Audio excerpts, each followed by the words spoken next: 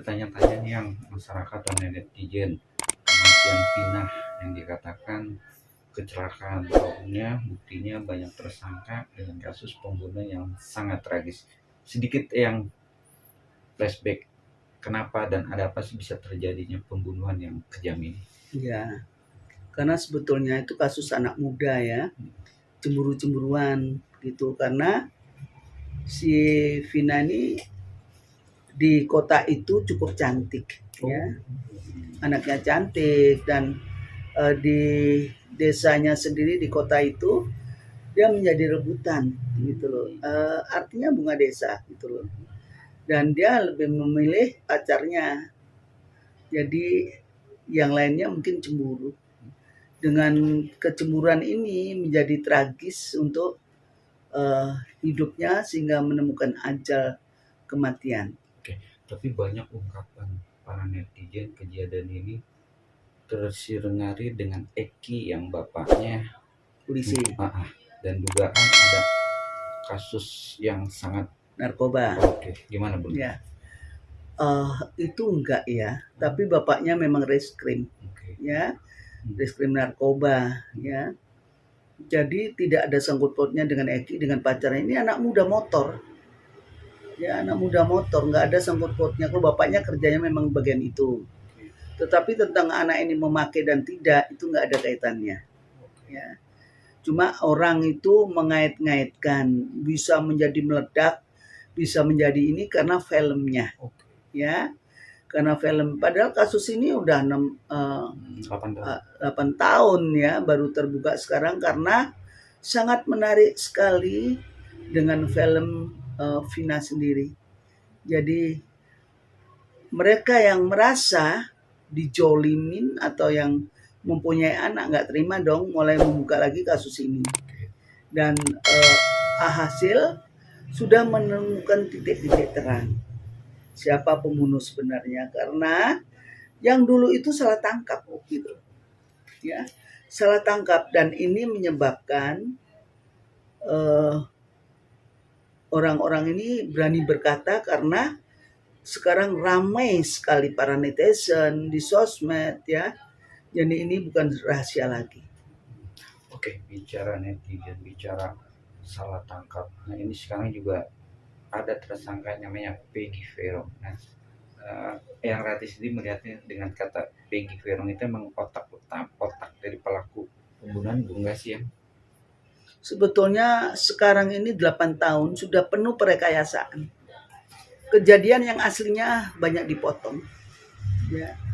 Jadi harus ini pekerjaan daripada kepolisian untuk mengungkap yang sebenar-benarnya agar kasus Vina itu tidak akan timbul lagi, ya. Kasihan kalau seorang remaja sampai digagai dengan beberapa orang. Seandainya itu terjadi pada keluarga kita, kepada anak atau kepada orang tua kita, itu bagaimana sih? Meskipun semabuk-mabuknya kalian, ya, janganlah semacam binatang, karena ini biadab banget gitu. Jadi sekarang ini sampai ke presiden loh kasus Vina ini. Jadi semoga dituntaskan, ya, agar tidak simpang siur dan yang ditangkap betul-betul pelakunya, ya. Jangan mengambing hitamkan orang, karena apapun perbuatan kita, siapa yang menanam pasti memetik, dan itu adalah hukum alam. Bicara hukum alam, tapi pada akhirnya kan saksi-saksi, yaitu salah satu Yuda yang lulus di 2006, dia menjadi saksi dan akhirnya dia bilang bahwa ada rekayasa. Yang sendiri melihatnya itu fakta atau memang rasa ketakutan dia mengungkapkan itu ya? Gimana ya? Ya, kalau sekarang sudah agak belak-belakan ya. Karena bagaimanapun pembela daripada netizen itu sangat amat banyak banget, ya. Kalau dulu kan lingkupnya dia jelas tertindas dong, karena rasa ketakutan, karena siapa lawannya. Jadi masih berpikiran ke situ. Kalau sekarang ini kasus Vina kan sudah bukan rahasia lagi. sudah gamblang. Siapapun lihat di YouTube, lihat di film, lihat di desa sekitarnya, semua pada booming kasus ini dan viral. Bicara viral, tapi kan bukti-bukti banyak orang prasangka buruk netizen sendiri melihat bahwa Peggy ini bukan tersangka dan harus dibebaskan. Yang sebagai melihat menerawang bagaimana nih? Memang dia Iya, memang kalau yang nggak salah harus dibebaskan ya, keadilan Tuhan terutama. Karena bagaimanapun hukum karma itu akan berjalan. Kalau kita utang duit, ya harus kembali duit. Kalau utang nyawa, kembali ke nyawa. Dan nyawa dia, karena ini mati penasaran, tentu gentayangan. Bisa merasuki siapa saja yang dia inginkan, agar membuka kasusnya dia. Seperti itu. Jadi karena dalam hati dia waktu masa hidupnya, dia sebel, dia dendam, dia sakit hati. Dia ungkapkan dengan merasuki si A, si B, si C. Untuk mengungkap kasus dia yang sebetul-sebetulnya. Seperti itu. cara dirasuki atau kemasukan para netizen banyak yang nggak percaya itu hanya sebuah konten, hanya mengdompleng sebuah film dan bisa terungkap ini. Yang sendiri percaya nggak sih dengan mistis dalam Percaya dan tidak. Ya, kalau yang kedua, ketiga kalinya saya nggak percaya. Kalau yang pertama oke. Karena tanpa ada persiapan kamera atau apa dia ngoceh kerasukan sendiri.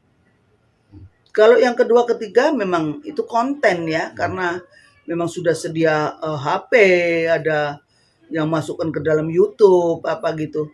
Itu sudah rekayasa. Doa yang ya setelah kasus ini betul-betul terungkap ya, betul-betul siapa pelakunya, jangan salah menangkap. Untuk Vina nanti digali ulang, diselamati ya. Artinya anak ini harus dipanggilkan Ustadz atau Kiai di kuburnya. Kita berdoa sama-sama agar dia tidak gentayangan kemana-mana. Karena ada dendam masih di hati Vina. Jangan sampai dia balas dendam, akhirnya keluargamu sayang ya. Siapapun pelakunya, ingat karma itu ada. Dan karma itu hanya sekejap. Bangun tidur seperti sekarang ini udah bulan Juni.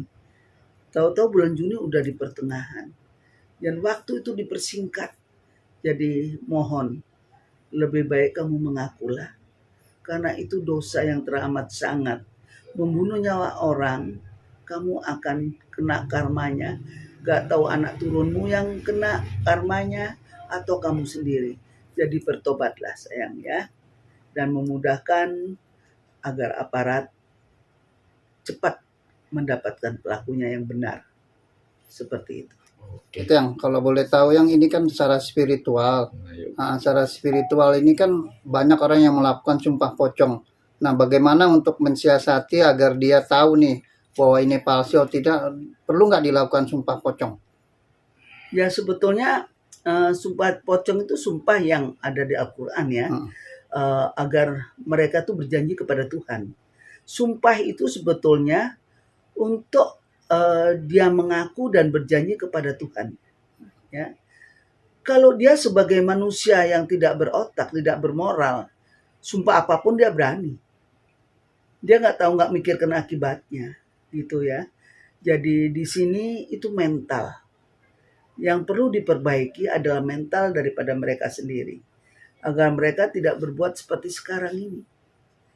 Ya, dan aparat sendiri harus berhati-hati sayang ya. Karena apapun gerak-gerikmu, kamu sebagai teladan, sebagai contoh masyarakat, agar kesatuan kepolisian tetap kita junjung tinggi di dunia pertiwi ini. Agar apapun masalahnya, kami percaya dengan kepolisian Indonesia. Tapi kan ini menyangkut nyawa seseorang yang misalkan Peggy Setiawan palsu dan asli atau tidak ya kan. Nah kalau dilakukan sumpah pocong kan imbasnya pasti ada. Gimana yang tuh? Ya, itu kejadian itu akan, kalau dia sumpah pocong, dia bukan pelakunya, ya nggak akan apa-apa. Karena kan mereka dari hati, kan punya, setiap manusia punya hati. Mereka akan dikejar-kejar dengan hati dia sendiri. Gue udah melakukan, akhirnya dia depresi. Kalau yang melakukan oke-oke aja, nggak ada masalah. Gitu. Nah, ini kan buat pembuktian baik itu polisi atau penyidik, itu perlu nggak kira-kira dilakukan hal seperti itu? Kan ini kan mungkin banyak orang yang berargumentasi bahwa ini dan lain sebagainya. Boleh yang dicurigai panggil ustadz atau kiai yang mumpuni ya. Tentunya dengan doa-doa, kalimat-kalimat yang betul untuk pertobatan. Agar orang ini insyaf. Kalau cuma pocong hanya menghafalkan ayat-ayat suci yang di Al-Quran tapi tidak menyentuh, mereka no comment gitu. Tetapi kalau kita dengan sumpah kita doakan, dengan kita bersentuhan sama yang kuasa, ya, artinya doa-doa kita didengar, tentunya adalah pukulan tersendiri bagi mereka yang melakukan. Jadi perlu juga dilakukan sumpah kosong bagi boleh penyidik maupun itu apa bahwa benar-benar untuk, dia menyidik atau gimana? Iya, itu untuk terkaitnya spiritual ya. Tetapi kalau penyidik hanya menyaksikan ya, waktu dari sumpah pocong dengan kiai atau ustadz, polisi sendiri tahu gerak-gerik tubuh manusia karena itu sudah dipelajari. Apalagi penyidik, itu ada sekolahnya. Orang ini maling bener apa tidak itu ketahuan. Dan ini tidak ada perekayasaan dan betul-betul murni ya, agar ini kita tuntas. Gak selalu kasus Vina. Untuk mengungkap kasus ini jangan dianggap remeh, karena masyarakat sekarang itu sensitif banget ya, dan mereka akan terus mengejar sehingga menjadi viral seperti saat sekarang. Kalau aparat yang seperti yang mengatakan mungkin jadi saksi aja ya, dan dia bisa mengamati dengan gerak-gerik si pelaku, karena bahasa tubuh daripada manusia yang bohong itu ada pelajarannya di kepolisian. Tetapi kalau untuk ustadz atau para kiai, cobalah dengan hati nurani yang paling dalam kita bergandengan tangan dengan yang kuasa agar yang pelaku sebenarnya itu mengaku. Jangan simpang siur berita ini seolah-olah kita tidak bekerja semaksimal mungkin. Jadi ini tentu harus didorong dengan tekad dan keberanian. Jangan ada yang ditutup-tutupi.